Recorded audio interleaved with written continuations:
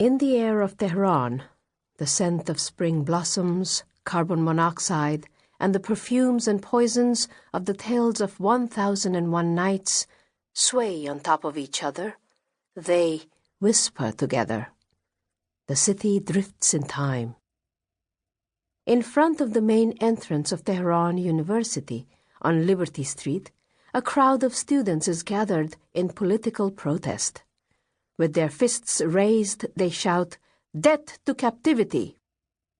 Across the street, members of the Party of God, with clenched fists and perhaps chains and brass knuckles in their pockets, shout, "Death to the liberal!" The anti-riot police, armed with the most sophisticated paraphernalia, including stun batons purchased from the West, stand facing the students. Both groups try, before they come to blows, to triumph over their opponents by shouting even louder. Drops of sweat ooze from faces, and specks of spit spew from mouths. Fists, before pounding on heads, rise without miracle toward the sky. It is perhaps because of these fists that from the sacred sky of Iran no miracle ever descends. Since 101 years ago, when the first revolution for democracy triumphed in Iran, fists similar to these have risen toward the sky of a country with the greatest number of holy men, with the most prayers, tears, and religious lamentations.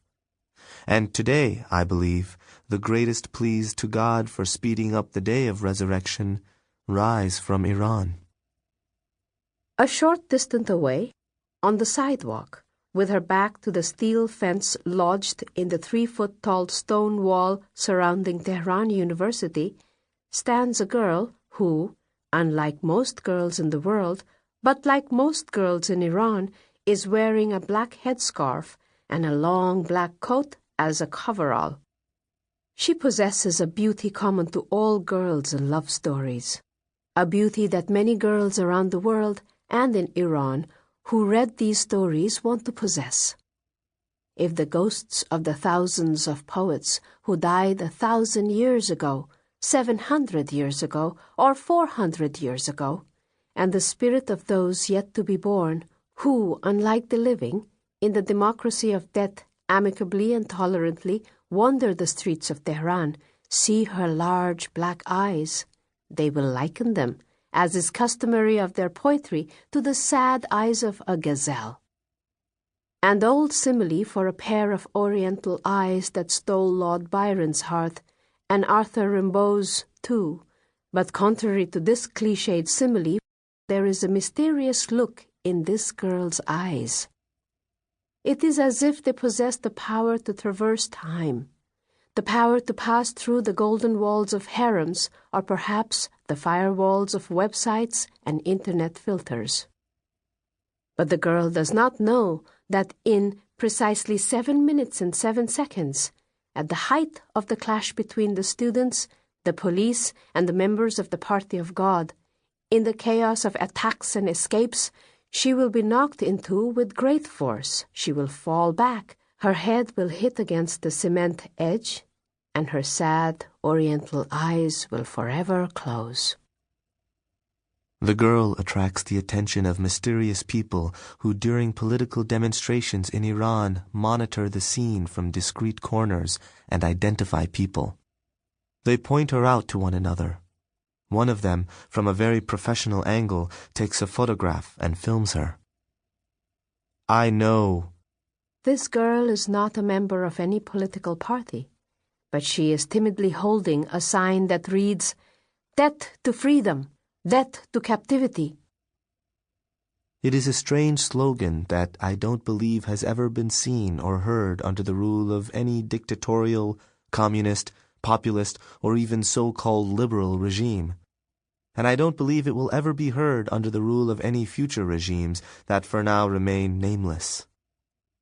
When they pause to catch their breath in between shouting their slogans, the students seeking freedom and democracy point to the girl and her sign and ask, "Who in the world is she? What is she trying to say?" The more experienced students, old hands at political protests, respond, "Completely ignore her. She's an infiltrator. The party of God has paid her to create distrust and division among us, to diffuse the conspiracy. Just act as though she doesn't exist. On the opposite side, the fanatic members of the party of God also point to the girl and ask, "What's that prissy girl trying to say over there?" They hear from their leaders, "The lewd hussy is one of those communists who have recently come back to life. Their big brother in Russia is gaining strength again, but the pathetic Slavs only have a handful of members in their party. This is how they hope to attract attention. Just ignore her. Act as though she doesn't exist." With their wireless radios, the secret police pass along the girl's location and ask, "What does this mean? We have no instructions for such cases. What should we do with her?" And they receive instructions. "Watch her with extreme vigilance and caution. This is most definitely a new conspiracy and a new plot for a velvet revolution orchestrated by American imperialism. Keep her under surveillance, but do not let her suspect anything. Let her think she doesn't exist."